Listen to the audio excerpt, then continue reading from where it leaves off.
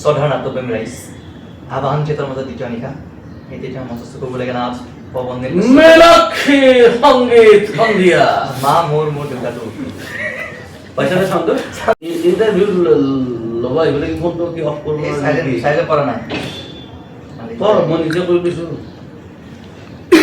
আৰু আহিবলৈ আবাহন থিয়েটাৰ ধৰি কিবা প্ৰমোচন আৰম্ভ কৰিছোঁ প্ৰস্তুতি বা ফোনৰ হেৰিত প্ৰস্তুতি কৰা হ'লে অকল মন্দিৰ দৰ্শন কৰিব খুজিলে হা আচলতে মোৰ তেওঁৰ মানে হেৰি আৰু আইডল টাইপ আৰু খুব ভাল পাওঁ তেখেতক নাৰীৰ প্ৰতি বহুত বিদ্বেষ আছে এতিয়া তোৰ আইডল হ'ল প্ৰস্তুতি পৰা সৰি কিনে আকৌ ইণ্টাৰভিউলৈ আহোঁ নমস্কাৰ PNK.comলৈ মই পৱন নীল কাশ্যপে স্বাগতম জনাইছোঁ আজি মোৰ লগত উপস্থিত আছে অসমৰ এজন জনপ্ৰিয় অভিনেতা নাট্যকাৰ কবি হিমাংশু প্ৰসাদ আৰু গায়ক বুলিও কবি গায়ক আচলতে বহু প্ৰতিভাৰ অধিকাৰী হৈ গ'ল এতিয়া বাকী প্ৰশ্ন 6 ডিচেম্বৰ ডিচেম্বৰ ফেব্ৰুৱাৰী আচ্ছা 6 ফেব্ৰুৱাৰী ৰাইজৰ কাৰণে কি বিশেষ আৰু আপোনাৰ কাৰণে কি বিশেষ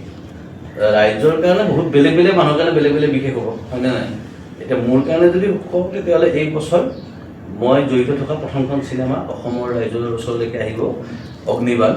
সেইকাৰণে মোৰ কাৰণে বিশেষ 6 ফেব্ৰুৱাৰীটো অগ্নিবাণৰ কাৰণে অসমবাসীও দেখিবলৈ পাব আপোনাক ময়ো আছোঁ চিনেমাখন যতীন বৰা আছে কমল লোচন আছে কংকনা চক্ৰৱৰ্তী আছে প্ৰীতি কংকনা আছে আৰু চবচে ডাঙৰ কথা এখন চিনেমাত আমাৰ এজন বহুত কি বুলি কওঁ আৰু মহান অভিনেতা নাট্যকৰ্মী কুলদা কুমাৰ ভট্টাচাৰ্য যি 93 বছৰ বয়সত এখন চিনেমাত অভিনয় কৰিছিল শেষৰখন চিনেমা তেওঁ যেতিয়া অভিনয় কৰিছিলে তেতিয়া তেওঁৰ বয়স আছিলে 93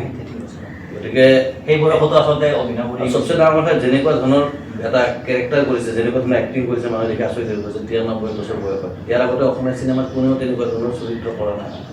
গতিকে সেইখিনি চাবলৈ 6 ফেব্ৰুৱাৰীত আহিব লাগিব এটা সন্মান তেওঁলোক এটা ৰেচপেক্ট দিয়াটো আমি উচিত বুলি ভাবোঁ আৰু যতীন দা আৰু জুবিন দাৰ শেষৰটো গান আছে জনমে আৰু আপোনাৰ নতুন চিনেমা নিজৰ পৰিকল্পনা কি নিজৰ পৰিকল্পনা কৰি আছোঁ প্ৰস্তুতি চলি আছে আশা কৰিছোঁ যিমান পাৰোঁ সোনকালে ৰাইজৰ ওচৰলৈকে লৈ আহিম আৰু প্ৰতিখন চিনেমাত আপোনাক মানে ব্যতিক্ৰম ৰূপত দেখা যায় মানে কেষ্টু নগেন হওক বা ব্লু ফিল্ম হওক বা হনুমান হওক গোটেইখিনি মানে ব্যতিক্ৰম এই ব্যতিক্ৰম কিয় ইউনিক ডিফাৰেণ্ট এইখিনিৰ লগত আপোনাৰ মানে বেছি দেখা যায় ব্যতিক্ৰম নহয় আচলতে আমি যিটো কৰিব চেষ্টা কৰোঁ সেইটো যিটো হৈ থাকে সেইটো দেখাব চেষ্টা কৰোঁ আচলতে মই ভাবোঁ ব্যতিক্ৰম তেওঁলোকে যিসকলে যিটো হৈ আছে সেইটো দেখুওৱাৰ সলনি বেলেগ দেখুৱায় গতিকে আমি কিয় ব্যতিক্ৰম মানে যিটো বস্তু ৰৈ যায় মানুহৰ চকুত ৰৈ যায় বা নাযায় সেইটো ক'ব নোৱাৰিম হা কিছুমান ক্ষেত্ৰত ৰৈ যোৱা কাম যদি কৰিব পাৰিছোঁ তেতিয়াহ'লে সফল বুলি ভাবিম নিজকে কিন্তু আচলতে কি জানা নাই সমস্যাটো কি হৈছে এজন মন্ত্ৰীয়ে যদি ৰাইজৰ কাম কৰে তেতিয়াহ'লে সেইটো কথা মানে কয় মানুহে যে মন্ত্ৰীজনে ইমান কাম কৰিছে এজন শিক্ষকে যদি ক্লাছত পঢ়ায় যে এই শিক্ষকজনে বৰ ধুনীয়াকৈ ক্লাছ কৰে এনেকৈ কয় কিন্তু কথা সেইটো কিয় পাতিব লগা কথা নেকি মন্ত্ৰী এজনৰ কামেই হ'ল ৰাইজৰ কাৰণে কাম কৰা শিক্ষক এজনৰ কামেই হ'ল ছাত্ৰ ছাত্ৰীক পঢ়োৱা সেইটো স্পেচিয়েলি উল্লেখ কৰিব লগা কথা নেকি এই মন্ত্ৰী কথা কওঁতে এটা আপোনাৰ যিটো চং 2 নম্বৰ চং থিয়েটাৰী চং 2 নম্বৰ সেইটো ভোট দিয়ক আছে ইলেকশ্যনৰ মানে বিপৰীত নেকি আপুনি যি চৰকাৰৰ মাজে যিটো চৰকাৰটো লাগিবই ইলেকশ্যন লাগিবই কিন্তু কথাটো হ'ল ইলেকশ্যন যি ধৰণে চলে সেই পদ্ধতিটোৰ মই বিৰোধী কাৰণ ভাল মানুহ যিয়ে সমাজখনৰ কাৰণে কাম কৰিব পাৰে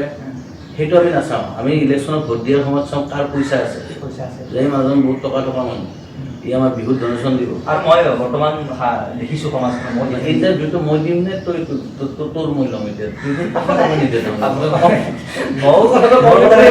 মিলি যাব কথাটো মানে যিটো বৰ্তমান সমাজত মই যিটো সমাজখনত জড়িত দেখা পাইছোঁ মানে বেডমিণ্টন খেলা হওক বা ক্ৰিকেট খেলা হওক বা সভা সমিতি হওক সেইবিলাক পইচাৰ কাৰণে পতা পইচা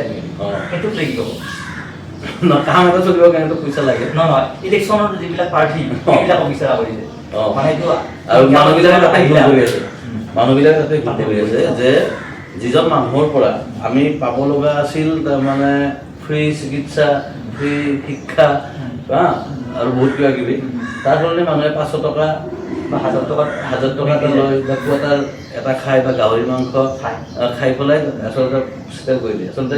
তুমি মোৰ তাতে কিবা এটা বিচাৰি আহিছিলা মই মেণ্টেলি সাজু আহিছিলোঁ যে পৱন নীলক মই 20,000 টকা দিম কিন্তু তুমি আহি যদি নিজেই কোৱা 200 টকা এটা দিলেই হ'ব দিয়ক মইতো ভিতৰে ভিতৰে মুক্তি পাম ন তো আমাৰ এই মন্ত্ৰীবিলাকত তেনেকুৱা আৰু 4 বছৰ আমি 5 বছৰ শাসন কাল থাকে 4 বছৰ আমি সিহঁতক ক'ত থাকে গমেই নাপাওঁ ক'ত মানে আমেৰিকাত থাকে না নলবাৰীত থাকে গম নাপায় কিন্তু আমি 5 বছৰ যেতিয়া হ'ব লাহে লাহে আৰম্ভ কৰে আৰু চিনাকি দিব মই MLA আছিলোঁ ইমান বছৰে মোক চিনি পাইছা নে নাই তেনেকুৱা জনসভা আমি যেতিয়া মিটিং দিব ধৰে আপোনাৰ 5 বছৰ থাকিলে বহুত কাম কৰিলে নিবা সেইটো কি ক'ত যায় 4 বছৰ 4 বছৰ এই যে হেৰি এই ইলেকশ্যন খেলাৰ সময়ত যে আমাক যিবিলাকে এইবিলাকে খানা খুৱাই মদ দিয়ে এই যে ক্ৰিকেট খেলতে পইচা দিয়ে তো এই গোটেই পইচাবিলাক তেওঁ ক'ৰ পৰা দিয়ে তেওঁতো নিজৰ পকেটৰ নহয় তেওঁ সেই পইচাখিনি কালেক্ট কৰে সেই অঞ্চলত ঠিকাদাৰ ডাঙৰ ডাঙৰ ব্যৱসায়ী সেইবিলাক বা ৰাস্তাবিলাক যি বনাব লাগে তো সেই ঠিকাদাৰখিনিৰ পৰা যেনেকৈ পইচাটো ধাৰ লৈ মানুহবিলাকক গাঁৱে ভূঞে বিলালে আৰু ইলেকশ্যন জিকাৰ পিছত তেওঁৰ প্ৰথম দায়িত্ব কি হ'ব সেই ঠিকাদাৰখিনিক পইচাটো ৰিটাৰ্ণ দিয়ে গতিকে তেওঁ সেই বাকী সময়খিনিত সেই ঠিকাদাৰকেইটাক পইচা ৰিটাৰ্ণ দিয়া আমাৰ ব্যস্ত থাকে আৰু জুবিন গাৰ্গ এটা শব্দ 19 তাৰিখৰ পৰা আমি এতিয়ালৈকে বিশ্বাস কৰোঁ তেখেত যে আমাৰ মাজত নাই তেখেতক লৈ এখন চিনেমা নিৰ্মাণ কৰিব গৈছিল আপুনি ভাবিছিলোঁ কথা পাতিছিলোঁ এখন চিনেমাত জুবিন গাৰ্গ চৰিত্ৰটো জুবিন গাৰ্গ নিজে অভিনয় কৰাৰ কথা আছিলে কাহিনী তেখেতক কোৱা হৈছিলে পাতিছিলোঁ কিন্তু সফল নহয় আপোনাৰ পৰিয়াল বৌ আছে বাবু আছে আৰু কোন কোন আছে মোৰ দেউতা আছে তাৰপিছতে মা ঢুকালে তাৰপিছতে দাদা বৌ ভতিজী আৰু এটা মোৰ মনত পৰে আপোনাক মানে দেউতাই নাটক চাব লৈ গৈছিল বা বিচাৰি গৈছিল কিবা এনেকুৱা এটা কাহিনী হৈছিলে কি হৈছিল হনুমানৰ মই ভেকচিন কৰিছিলোঁ সৰুতে এদিন ভেকচিন প্ৰতিযোগিতা আছিলে আমাৰ গাঁৱত আমাৰ ঘৰৰ পৰা অকণমান আঁতৰত তো মই ভেকচিন হনুমানৰ কাৰণে গোটেই কষ্টিউম গদা এইবিলাক চব মোৰ ৰেডি আছিলে কিন্তু যিদিনা ভেকচিন প্ৰতিযোগিতা আছিলে সেইদিনা মোক প্ৰতিযোগিতা লৈ যোৱা ঘৰত কোনো মানুহ নাছিলে চব কিবা কিবি ব্যস্ত আছিলে মই কি কৰিলোঁ মনে মোনা এখনত গোটেই কষ্টিউম ভৰাই গদা চদা লৈ চুপচাপ ঘৰত মা আছিলে অকলে কাকো একো নোকোৱাকৈ মই গুচিলোঁ ইপিনে যেতিয়া ৰাতি হ'ল ঘৰত লাগিছে হাহাকাৰ ইপিনে আকৌ মই য'ত ভেকচিন প্ৰতিযোগিতা দিব গৈছিলোঁ এইবিলাক টাইমবিলাক কয়হে 7টা বজাত বুলি আৰম্ভ হওঁতে ৰাতি 10টা বাজিছে তো সেই 10টা বজালৈকে মই বহুত সৰু আছিলোঁ তো ৰৈ এটা সময়ত মোৰ টোপনি আহিলে আৰু মঞ্চৰ পিছফালে এখন বেঞ্চ আছিলে তাতে মই শুই গ'লোঁ ইপিনে যেতিয়া ৰাতি 11টা বাজি গ'ল ঘৰত হাহাকাৰ লাগিলে বিচাৰি ক'ৰবাত কিবা কিবি এনেকৈ খবৰ কৰি দেউতাই গৈ পেলাই সেই ঠাইখন গৈ পালে আৰু দেখিলে মঞ্চৰ পিছফালে মই শুই আছিলোঁ বেঞ্চত তাতে বিচাৰি কিনে ঘৰত লৈ আহিলে আৰু নাটক থিয়েটাৰ ভ্ৰাম্যমান বহু বছৰ আপুনি নাটক দিয়া নাছিলে আৰু এই বছৰ আপুনি ৰাজধানী থিয়েটাৰত নাটক দিছে একদম বম কেনেকুৱা হয় নাটকখন ভাল পাইছে বহুতে ভাল পাইছে এতিয়া তোমাৰ লগত ইণ্টাৰভিউ লৈ থকা সময়ত কালি শ্ব' আছিলে তোমাৰ হাৱাজান গহপুৰৰ ওচৰত তো কালি ৰাতিৰ পৰা অজস্ৰ মেছেজ ফোন আহিছে এনেকৈ বিভিন্ন ঠাইৰ পৰা মানুহৰ যিবিলাক ৰেচপন্স সেই ৰেচপন্সটোৱে খুব ধুনীয়া মানে খুব পজিটিভ 26-27 বৰ্ষত দিবনে নাটক নাই এবাৰ নিদিয়ে মই 26-27 বৰ্ষত নতুন চিনেমাৰ কাম আৰম্ভ কৰিম গতিকে চিনেমাৰ কাম কৰিলে বেলেগ কাম কৰিম কেনেকুৱা কি হ'ব অলপ যদি চিনেমাখন আমাৰ যেনেকুৱা চিনেমা আগতে মানুহে চাইছিলে চাকিৰা আহিব বুকুৰ তলৰ বিহুলৈ গৰু ফিল্ম এই চিনেমাবিলাকত যেনেকৈ একদম মানে জনসমাজত তেনেকৈ কমেডি আছে আৰু এটা সামাজিক বাৰ্তা এটা আছে তেনেকুৱা ষ্টাইলৰ এখন চিনেমা হ'ব যদি যিসকলে গৰু চাইছে চাকিৰা চাইছে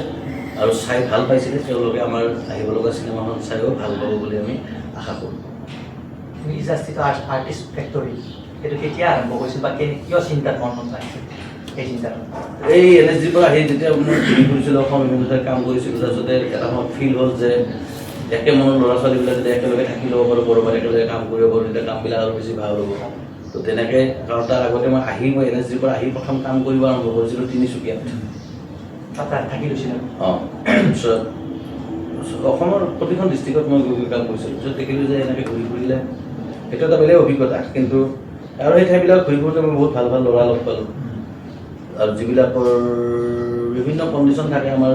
জেনেৰেলি কি হয় নাটক গান ভাল পোৱা ল'ৰাবিলাক আৰ্থিকভাৱে দুৰ্বল পৰিয়ালৰ হয় যিবিলাকৰ বহুত টকা পইচা থাকে সেই ল'ৰা ছোৱালীবিলাকে নাটক কৰিব নাহে সাধাৰণতে দেই 98% ল'ৰা ছোৱালীৰ ক্ষেত্ৰতে সেইটো সত্য গতিকে দুখীয়া ঘৰৰ ল'ৰা ছোৱালীবিলাকে কি হয় এটা সময়ত জীৱন জীৱিকাৰ কাৰণে নাটকটো বাদ দিয়ে হয়তো দোকান দিব লগা হয় ফেক্টৰীত চাকৰি কৰিব এনেকুৱা বহুত আছে লাখ লাখ আছে উদাহৰণ কিছুমানে চেলুন দিছে কিছুমানে চেলুন দিছে তেনেকুৱা ল'ৰাবিলাকক লৈ পেলাই আচলতে আমি আৰম্ভ কৰিছিলোঁ আৰ্টিষ্ট ফেক্টৰী 2012 চনৰ 21 জানুৱাৰীত মই গৈছোঁ নিজেও গৈছোঁ চাইছোঁ খুব ধুনীয়া পৰিৱেশ শিকাৰ পৰিৱেশ আৰু নাটক তেনেকৈ কৰা যায় মোক কেনেকুৱা দেখিছে ভাল লাগিছেনে ধুনীয়া গেছটো ইমান ভাল দেখা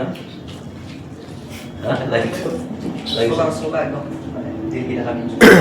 ঠিকে আছে মই এনেকুৱা চোলা নিছোঁ মানে এক কালাৰৰ চোলা মই নিপিন্ধো MC stand মানে তাতে গ্ৰুপ ফটো এটা উঠিলে যাতে মই দেখি থাকোঁ য়েছ মোৰ কনচেপ্টটো এনেকুৱা মই মোৰ কথা ক'ব বহুত আছে কথা শুনি গৈ আহিছোঁ সেইকাৰণে মোৰ কথা নকওঁ মোৰ কথা জানে তাৰপিছত ছেকেণ্ড কথাটো মানে যিটো এটা ফেচবুকত আপোনাৰ হেৰি পাইছিলোঁ মানে এতিয়া ৰবি শৰ্মাই যদি এক্টিং কৰে আমাৰ চিনেমাত প্ৰস্তুতি কৰাৰ হেল্প কৰিব লাগে বা আপুনি চিনেমা মই তেনেকৈ মই বুজি পাইছোঁ মূল ভাৱটো যে আচলতে আমাৰ ইণ্ডাষ্ট্ৰীত চব মানুহবিলাক একলগ হৈ ইজনে ইজনৰ চিনেমা প্ৰমোট কৰিলে আমাৰ ইণ্ডাষ্ট্ৰীটো আৰু বেছি আগবাঢ়ি যাব বুলি ভাবোঁ আমি যদি পৰিকল্পনা কৰোঁ যে 5-6খনমান চিনেমা অসমৰ বিভিন্ন প্ৰজন্মৰ পৰিচালক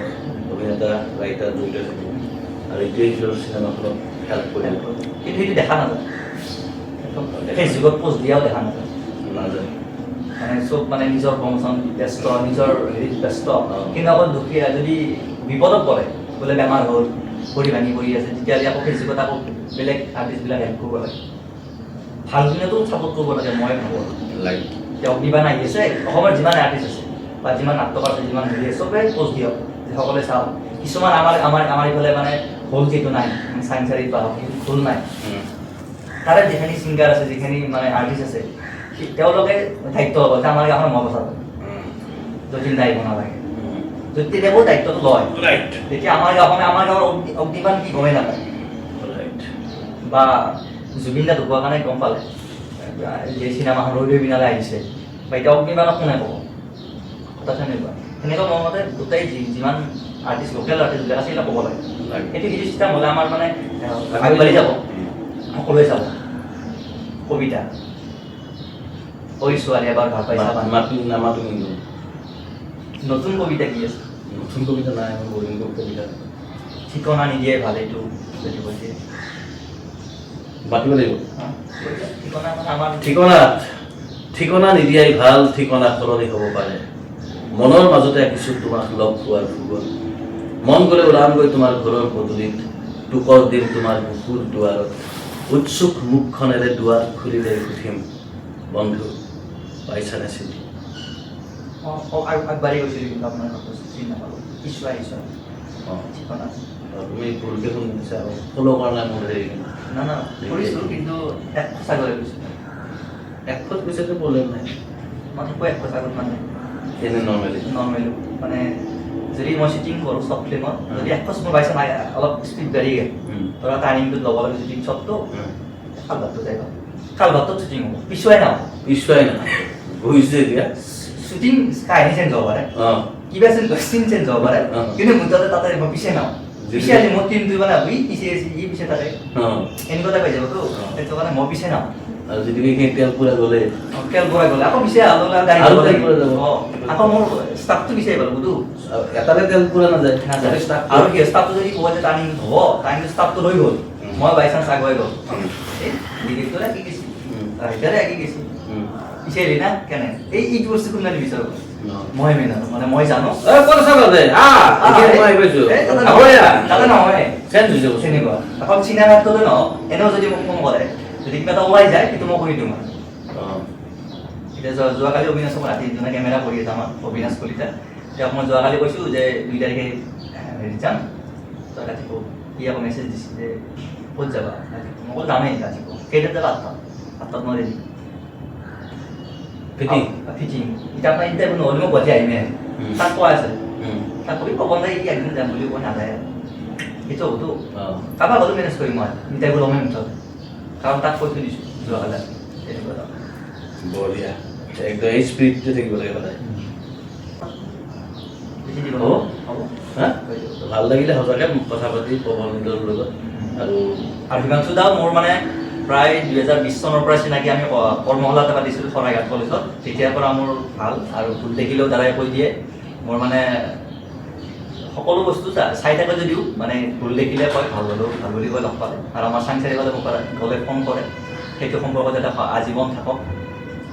দীৰ্ঘায়ু কামনা কৰি মোৰ এই অনুষ্ঠানটো খতম কৰিছোঁ খতম কৰিছে